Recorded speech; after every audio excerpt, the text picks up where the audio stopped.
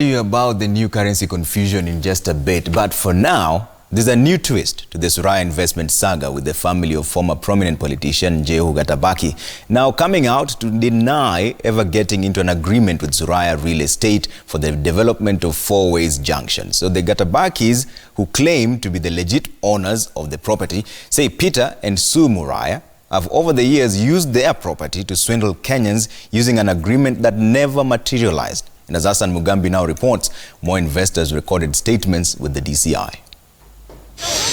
Monday morning, and aggrieved investors make their way to the Directorate of Criminal Investigations to record statements against Suraya Property Group, a real estate developer where they pumped millions of shillings in investments, but no returns to date. But in total, I have paid 6.28 to Suraya for 2 different apartments in 2 different places.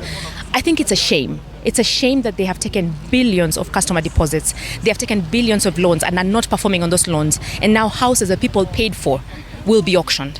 Nyumba yangu ilikuwa ina cost 6.9. Halafu already mimi mwenyewe nimeshalipa 5.950. Ile balance yangu imebaki ni 950. And when I brought into the Suraya project, of course I brought in my friends. I brought in my friends who I said, oh, there's a good project here. Come on, let's do this project. Let's do it together. And since then, it's been hell on earth. Every time we go to their offices, they all leave the office. We cannot get anybody. We cannot get audience with them. So now that the property is being auctioned, I just hope to get all my money back plus my interest. Because by now I would have had so much rental income. It was supposed to have been completed 5 years ago.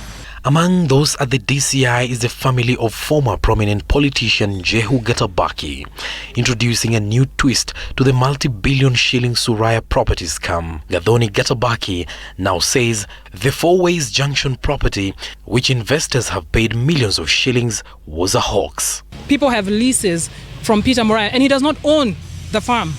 Four-ways is my parents' farm until today. We never sold it to him, and I'd love for him to come and show me a document how my parents sold it. We've never gone to the boardroom to say we're selling our farm.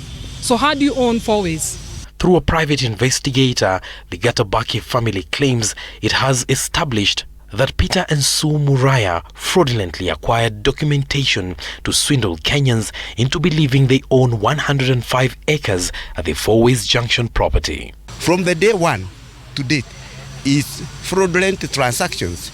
Document generated fraudulently are being released to the various tenants who are now here. To ease their headache, the Suraya Property Group has announced it has secured funds to complete its pending properties. The group's chief executive Peter Muraya says the funds totaling to 1.6 billion shillings from 4 banks has come in handy, and it will be used to complete mega housing projects that had stalled for years. But even before the money can be put to use, one of the properties that Suraya was intending to salvage with the loans is up for auction. The Links Royal Apartment off Ngong Road is 65% complete. The auctioneers have announced that the sale will take place on Wednesday, 3rd of July.